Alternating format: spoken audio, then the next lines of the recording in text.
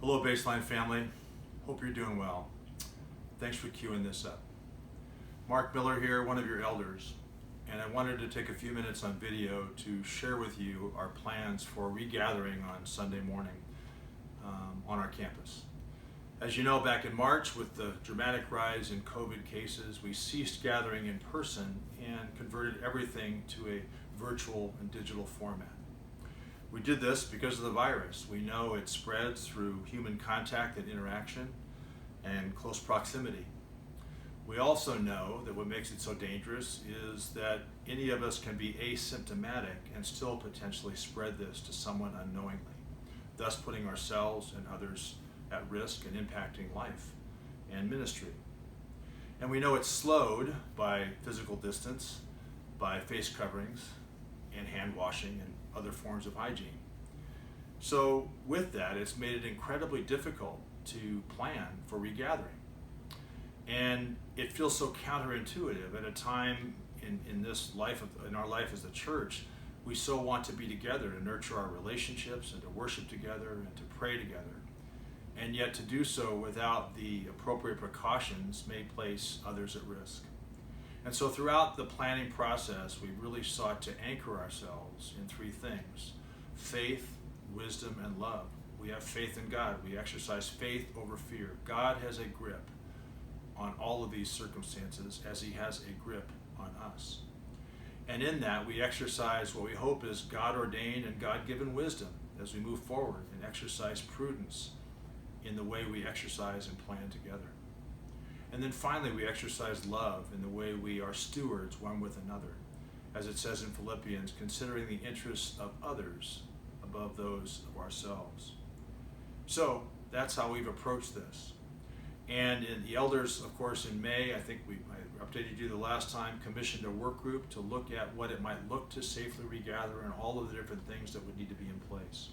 And that group did tremendous work, as well as the staff, who really carried the lion's share of their workload in this regard. And we're so grateful for the staff work that's been done on this. Internet has been upgraded on our campus.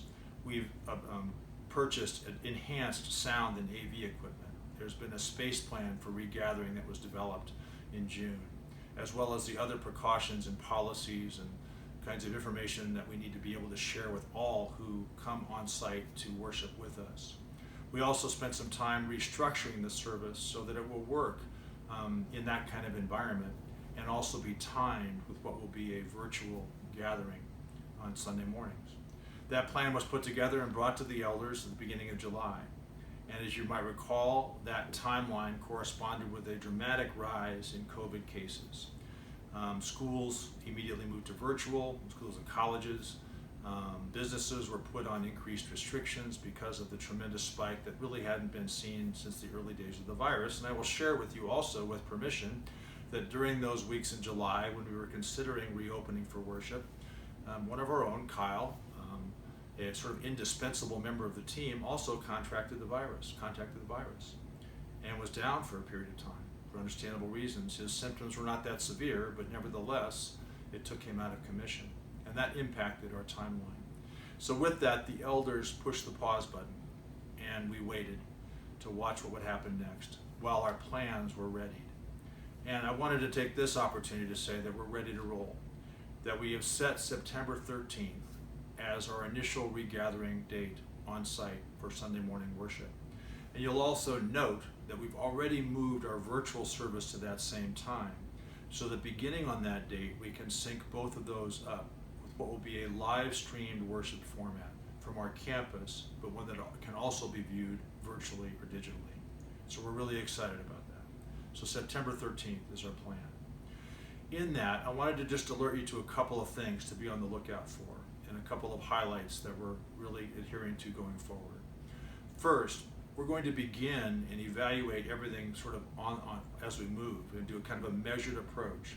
So we're going to start on the 13th with a targeted number of individuals to attend, and then manage that week by week with the goal of safely increasing it. So we do this because, number one, we want to make sure that we have our ducks in a row as a church. our volunteer teams, and all the other aspects of this that we really want to make sure go smoothly.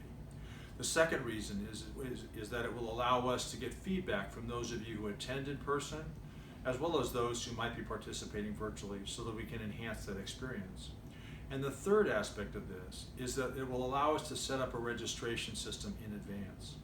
And that will allow us to have all of the information regarding those who show up on Sunday already in our records. In the unfortunate event that we have to contact people to let them know about someone that might have the virus or those kinds of things. So we're hoping that that will speed things along. So be ready for that. That registration system is being fine-tuned and sort of tested as we speak, and it'll be put up on the website on the 7th of September. The 7th of September. Also up on that website will be the other detailed information you're going to want to be careful to read. Information, as you can expect, about cautions regarding who should attend. Obviously, people in more vulnerable populations should continue to worship with us virtually, as opposed to in person. There'll be information about bringing your own chairs and the social distance and mask requirements and protocols that we're going to ask all of you to agree with and abide by as we regather. There'll be information in there about parking and space plans. There'll be information in there about those of you with young children, how we will support you during that time. Specifically, while we won't have a children's program, Sonia and her team have this covered. And they'll be ready with some activities that you can use with your kids on site that will keep them focused in meaningful ways as we gather for in-person worship. So keep your eyes open for that on the website. September 13th is our first regathering date. We're going to take this week by week and hopefully increase our numbers each week going forward. And all the information will be posted, as I said, on September 7th.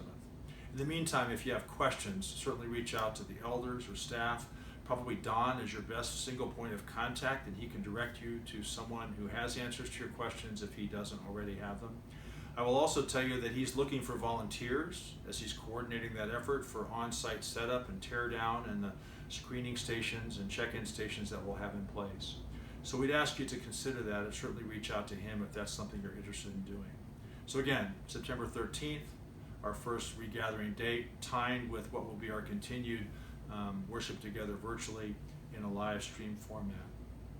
If you have any questions, as I said, please feel free to reach out with us and to us, I should say. And I'm so grateful on behalf of the elders and staff and the work group that have done so much work on this, especially the staff, for your patience and your perseverance. We covet your prayers. We look forward to what God has in store for us. We should be prepared for a different experience, but we should also be reminded that the Spirit of God is not bound in any way, shape, or form by any of this. And we look forward to what the Spirit will do in our midst as we both gather in person and worship together virtually going forward. So thanks for queuing this up. God be with you. As I said, please feel free to let us know if you have any questions in the meantime. God bless.